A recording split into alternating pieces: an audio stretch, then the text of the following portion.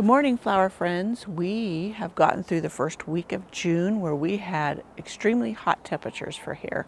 We got up into the 90s and as I said, some of the flowers have grown over or bloomed out and many more have come into bloom. So let's do a quick tour around the Secret Cottage Garden. I'm going to take you through all the gardens and we're going to do this really quick because so much is going on and we need to record it. So let's get going where we usually start. The foxgloves, I'll just get over there.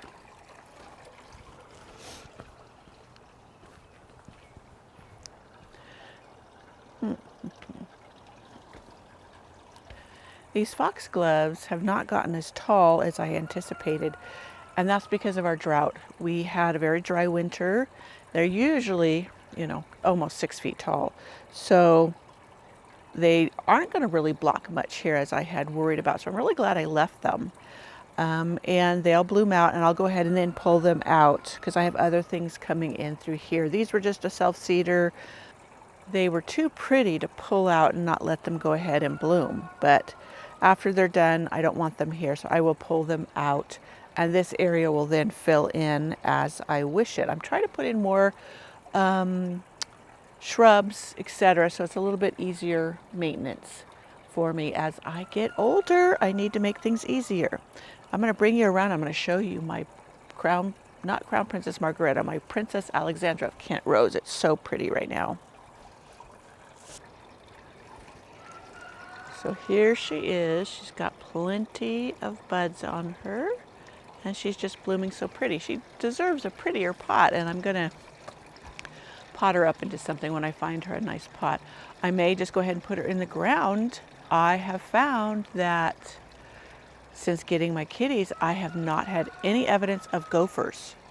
I'm going to wait through half the summer and see, and then I might just start putting stuff back in the ground that I was afraid would be eaten, like my roses, and go from there. I did not have gophers for nearly 20 years, and I credit that now to having cats. We always had cats, and then when our very last cat died, we just decided not to get any more. We were traveling a lot, we were what have you, and we just didn't get more. And then that's when I started having gophers. It took about a year, and then gophers started appearing, and then they started devastating my garden. So we got some more this past fall, and they love being out here in the garden. And ever since then, they've never brought me a gopher, but I have not had any evidence. And my neighbor too, I asked her, she's got cats, and she said no, she hasn't had any trouble even the last few years when I did. So maybe the cats are the ticket. I can't guarantee that, but it seems to have helped. Okay, let's go up and look at our centerpiece. Look at that. The violas didn't even seem to miss a beat as long as they were kept watered during that high heat. I had planted petunias in there and they'll fill in a little bit more. I may even trim back the violas a little bit so the petunias have a little bit more space, but it's also thick and full and pretty. It's doing great. The Asiatic lilies I planted in there are coming up. We'll see how well they bloom.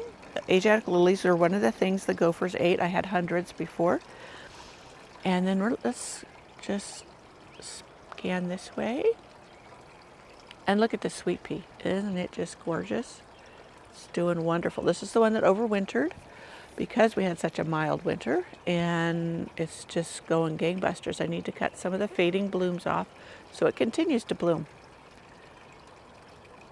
I don't know if you've really noticed, but many of my iris have bloomed out. Some are really getting going. This is my Starship Enterprise. And we'll take a walk up closer to the foxglove here and we'll get another view. And behind it is this beautiful plant. The name is escaping me at this moment, but I'll put it up on the screen for you. It needed support and I didn't give it to it, and now it's just kind of flopping over, but it's still so pretty. I don't mind. I will remember next year. I think it's going to have to be moved because I think the pathway is going right through there, but next year I'll make sure and give it the support it needs. Let me see if I can go wider. Yes. Oh, Wait just a minute. There's a hummingbird on the fence. Let me see if I can scoot around for you.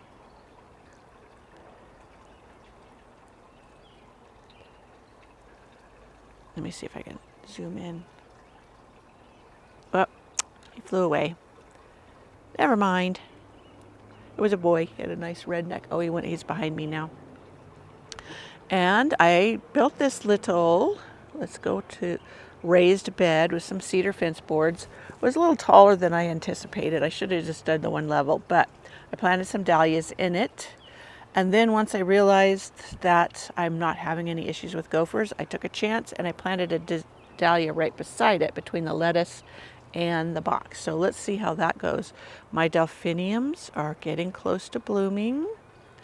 You can see the buds on top of them. If you look close, let's go on up there. Right there you can see the buds. And that one, that might be the white one or the light lavender one. One of them that was really huge last year barely came back. I'm not sure if the gophers had nibbled on it or what, but I was surprised at that.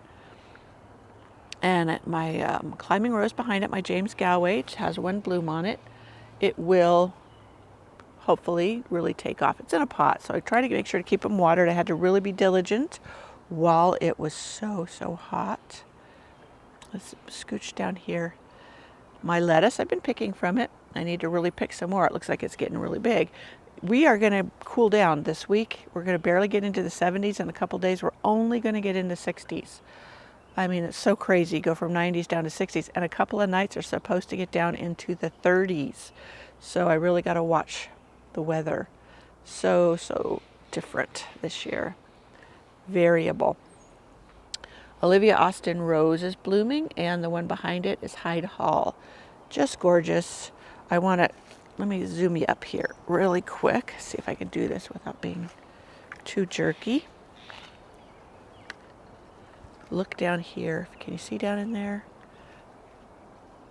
It's getting kind of obscured by all the other plants. The poppy is behind it, but that is my pretty and pink Eden, and I was really hoping it would take off and climb this fence. It has the most beautiful flowers. I need to pick them since I can't see them right now so I can enjoy them in the house. But hopefully that will climb this fence and create a beautiful visual barrier there. Let's scroll this way. You can see how many of the iris, if you compare to the last video, have gotten done blooming, but you notice how so many other things are coming into bloom.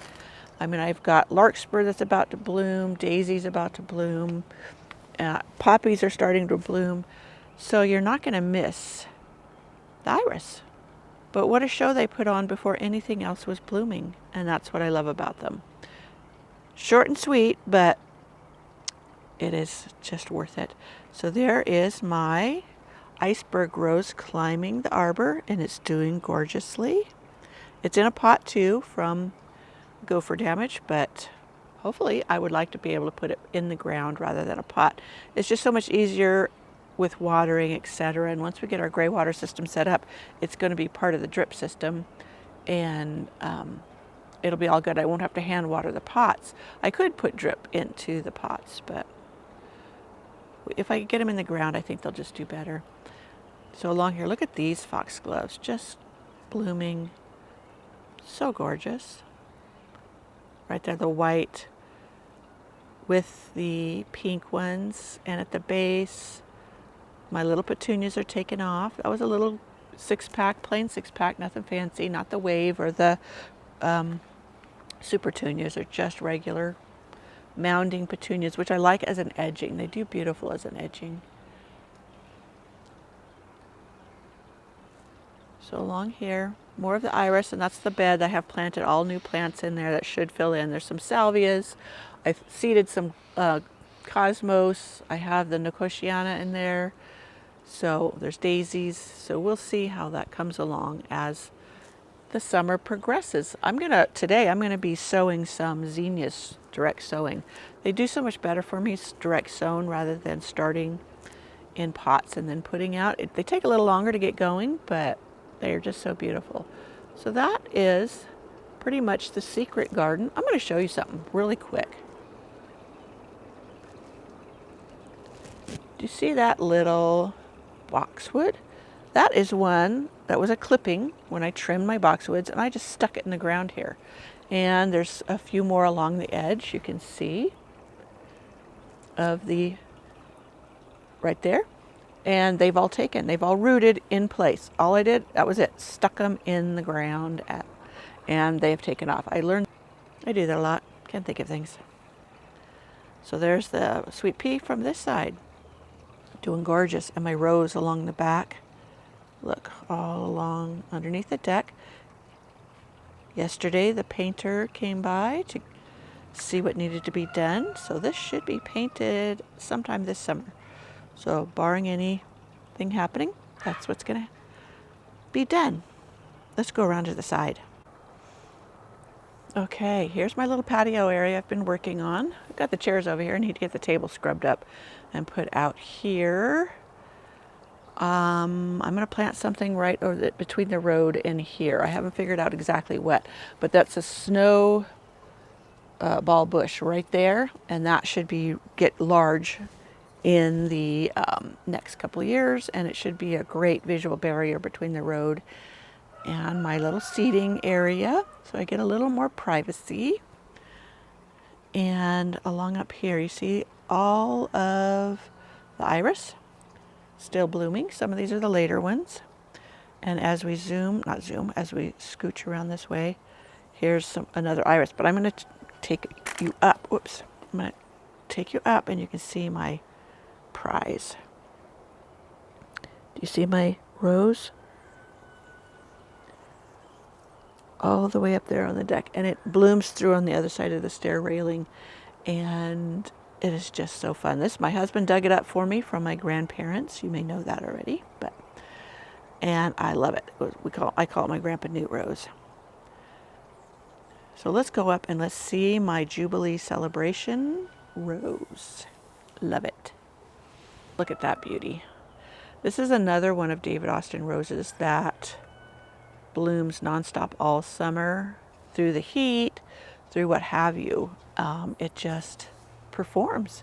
And this is one, for some reason, the gophers did not bother last year. I don't know if it was because I was giving it the castor oil treatment, but I did put that around in a lot of places, and they still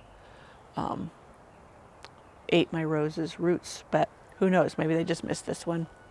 So let's zoom around to get a little bit of a view of the other iris in the garden, blooming just beautifully. These came up a little bit later. This area gets a little bit of shade in the about 2 o'clock, between 2 and 5. So it could be why these are later. But during the height of the heat, they get shade, which is kind of nice for the plants. Gives them a break. My Love Song rose is coming into bloom. Let's see it. It's this most beautiful lavender. Can you see that? Right there. Right there.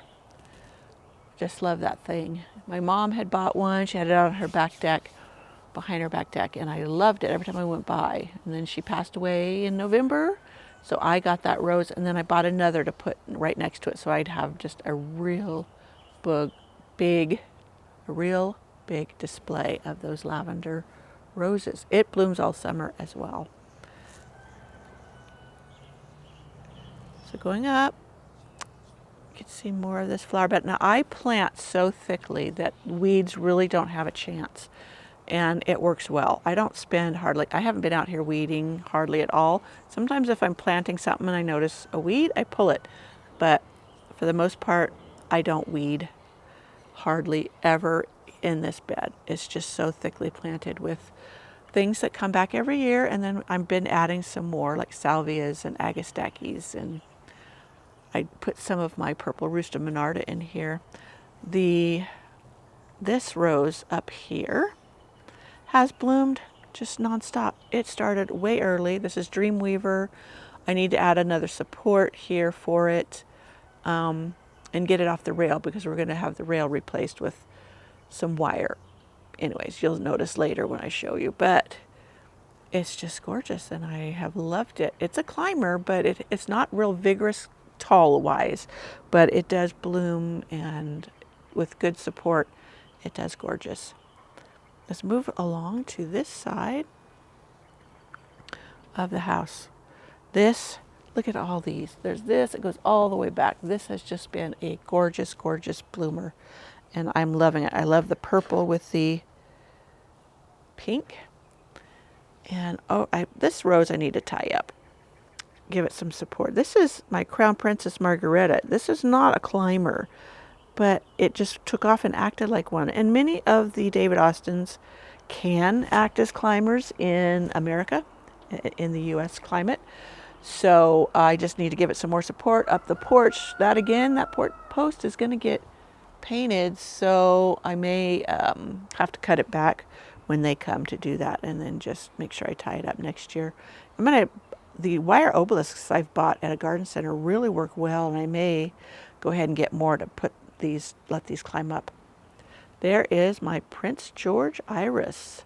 Prince George, Prince Edward, I get them mixed. I think it's Prince George. And it's doing beautifully, and I have another one behind me. So it's great. I'm glad I put it in 2 spots, because it's been lost to commerce, and you can't find them anywhere anymore. So anyways, let's go up and check out my other roses. Look at these. These are the roses that I did a video on, that I dug up and put in these barrels. They're test d'Aubervilles, and they have loved it. They have not missed a beat. Look at the abundance of blooms on these things. They are going crazy. The clematis I planted in there is climbing up just fine. The one on this side bloomed already, bloomed very early. I don't know if I'll get a rebloom. I'll have to look up whether it reblooms or not, but I'm just super pleased with how those turned out. My Bosco Bell roses here, another David Austin rose. The Test d'Auberville is also David Austin, blooming beautifully in there. They're thickening up. Both of those were eaten to a nub by the gophers when I dug them up, so they've taken a little while to get going again. So back down here, more of the Aaron's beard I couldn't think of earlier down there. Is it Aaron's beard? I know it's something beard. So like I said, I'll look that up. I can't remember if Aaron's beard is the same as the St. John's wort. I can't remember. Anyways, my lupins have been struggling this year. Lupins often get really coated with a particular aphid. And this aphid does not seem to go to other plants. It's really big, but I'm going to show you something. Let me see if I can zoom up there. Can you see on there? Can you see all those ladybugs and ladybug larvae? There is, let me see, whoops. There is 1, 2, 3, 4, 5, 6. There's tons of ladybug larvae on there, and they eat the aphids. So even though my lupins get just filled with aphids, they don't seem to harm the plant. These did not bloom as prolifically as usual, but again, that's from the drought. It's not from the aphids. Every year I get these aphids, but it draws in the ladybugs, and they go to the other plants as well and eat bad bugs. So there's something you want. Sometimes you got to leave nature to do its thing, because if you're constantly spraying, you're upsetting the balancing things, and you'll kill the good bugs, which keep the bad bugs in check. So always be mindful of that. If you can get away with not spraying and put up with a little bit of damage on some plants, do so, because the good bugs will come in, and if you kill them, you just perpetuate the problem. So let's move back over here, get a little bit closer to my Dreamweaver rose. Let me zoom up for you. Isn't that thing gorgeous? And it blooms like this all summer long. And this has a Warsaw Nike clematis climbing it. I need to cut that back. Not Warsaw Nike. I'm sorry, that's Bella walking. It's a double, and I need to cut it back, but when it reblooms, it'll only be a single. The double flowers are only on the older wood. So I just need to cut it back, because when I go to support that rose, I'm gonna have to move the clematis, and they don't move very well. I mean, I don't mean dig it up. I mean just move the branches or the vines, and they break easy. So my Abraham Darby rose this year is doing pretty good. That's another one that was really damaged by the gophers, and it's recovering nicely in a pot. I just have to make sure I keep them watered. And I want to show you my other beautiful. This is my other Bosco Bell. Isn't that thing just so lusciously full and gorgeous? I love that thing. Now this one, I had dug it up before the gophers got to it. So you see how much fuller it is because it didn't have to try to regrow roots this last year. So it's doing just gorgeous. My others would look just like this if the gophers hadn't eaten on them. We're looking down the flower bed towards the studio. Look at this beautiful little iris. Such subtle coloring. Again, it was a later one, and it came through the heat beautifully. And on down. There's so many. Oh, let's check up on our peonies. It's hiding behind a strawberry. Let's get down there. Right down here is my peony. I've been trying to make sure I give them extra water, and I need to check on them and see if I need to give them more water. That's one thing when you put peonies in fresh. You want to give them plenty of water and get them well established. So let's go down this. I'm standing on the street, so we're kind of going down the street view of the flower bed, and this is what people see as they drive up. The sticks will remain because that's telling me where my peonies are. And then we'll get the orange sticks to put next to the road so that the plow doesn't go over there and plow up stuff in the winter, which they can do. I wanted you to see this beauty, the yellow with the lavender. It is just so interesting. Behind it, the rose. Let me see down a little bit lower. Let me zoom back out. That is Happy Chappy, and what's so neat about it is it changes colors with how much light it gets and how old the blooms are. But it's a ground cover rose, and it will bloom the rest of the summer. And as these iris fade, it just will be a bright spot in the garden, and you won't even notice no more iris. So let's keep going around. I'm going to go around street side here a little bit.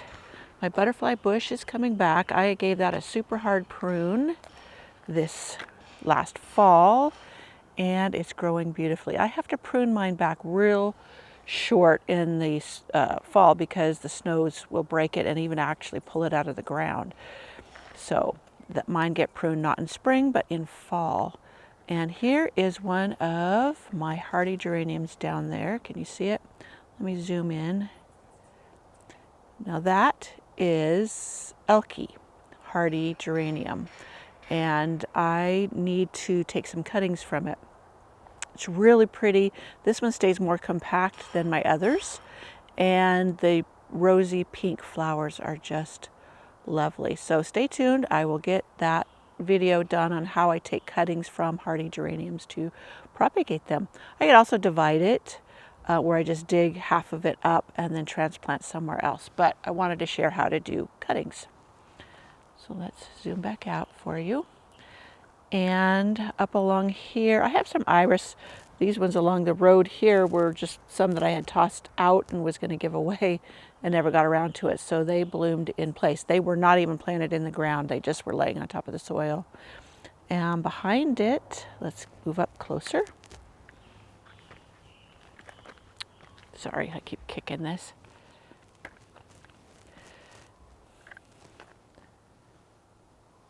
Do you see that? That is my Kirsten Poulsen. That is a vintage rose. It's a single, but the beauty of it is it will look like this all summer long. It will not stop blooming.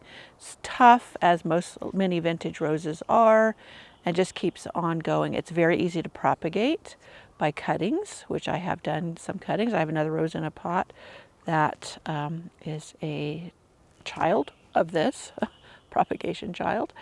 And like I said, it's getting large too, and I need to find a spot in my garden for it.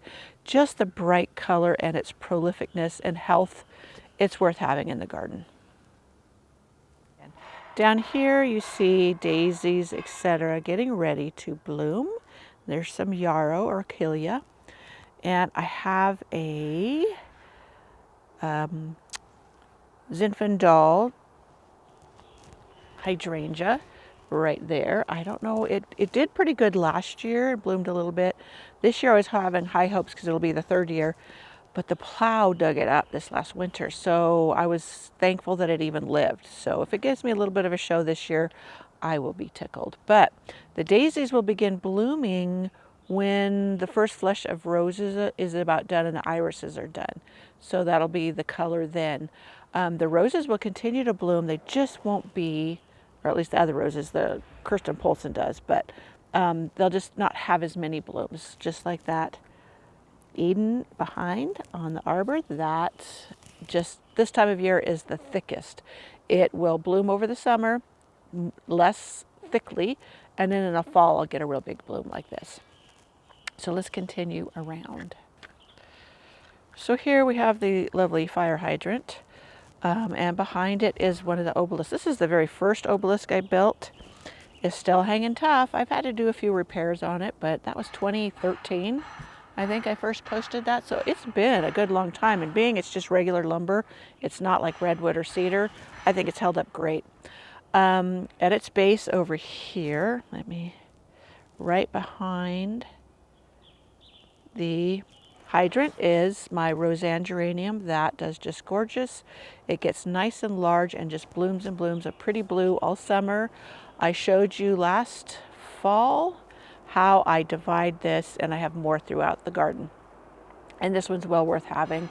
I just bought a new one. It's called Orion. It's supposed to be even better than Roseanne. I don't know how that can be because it's pretty spectacular, but that's what I love about plants that you can take cuttings from. You can propagate them and put them throughout your garden, not just cuttings, but root divisions too. I have my rooster up there. I'm going to make a platform so I can put him up on it instead of him sitting in the little hole. But he sits on the corner of my garden at the top. Oops, I got to move. Got people coming. I was on the street corner pretty much. Okay, let's get going here. Now I put this obelisk here because of this rose. This is a ground cover rose, but it'll throw out 6-foot canes, and it gets kind of mangy looking right here. So I'm going to train it up this obelisk.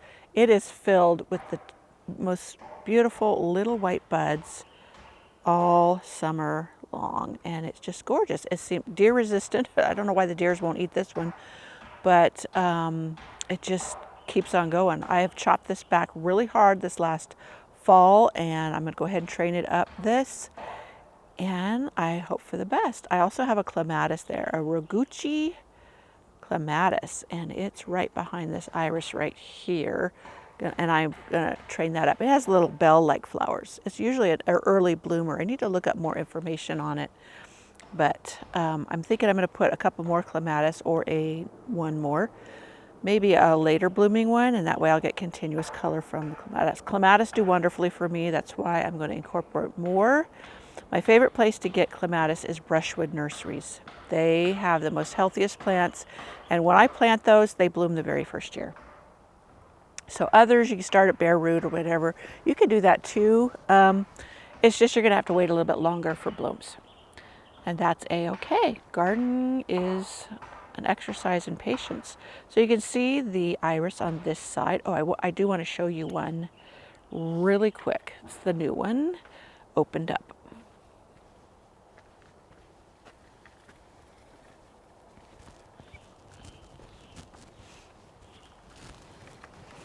I'm down in the garden now.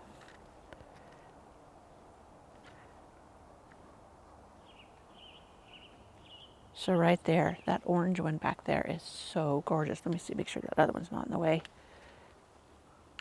Oh, there we go, over there. So that one's really pretty. The one in front of it that's done, oh, the yellow one, it's got one bud left. I need to deadhead it. So the bud flowers are the what you see and not the dead ones. But I just love that. I call this one, I had it down in the side garden. I thought I lost it because I didn't come back there. Creamsicle, because remember we used to get the 50/50s.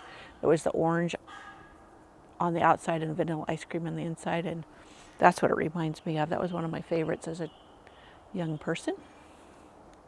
So let's go along this bed. This iris is finishing up. This one has been a long bloomer, even through that heat we had, heat wave. You know, actually today it will barely get to 60 degrees. And then next week at this time, it's going to reach nearly 100. It is so weird. Tonight we're going to get down to 34, which means I'm going to have to cover some things. I don't think we're going to have a hard frost. I think the warmth of the soil will protect most things. But there are some things I just don't want to risk, like my tomatoes and peppers. It's not supposed to be a frost, just a cold temperature, cold night. So right there is my Sharifa Ozma rose. It's in a container because the gophers were eating it. That is actually a cutting from my original, but now I had pruned it for the fall because I have to prune in fall my roses so they don't break down in winter. And I threw it in a compost pile and it rooted. Some of the pieces I cut off rooted in the compost pile. And then the mother plant died. So thankfully I had those pieces that the next spring when I dug out that compost were there. So I still have my Sharifa Ozma rose. The Queen of Sweden is right behind it. It struggled last year. I think the gophers were eating on it. And so I may have to dig that up too until I know I have eradicated those plant-eaten rascals. Thank you for joining me on this tour. I know I said I was going to do all the gardens, but it started getting too long. So I decided to cut it off now. Excuse me, mosquito. And then I would just do a separate entrance garden so you could see all of that's being worked on and needs to be worked on. And then we'll compare later to see what it turned out like. All right, I'll see you in the next video.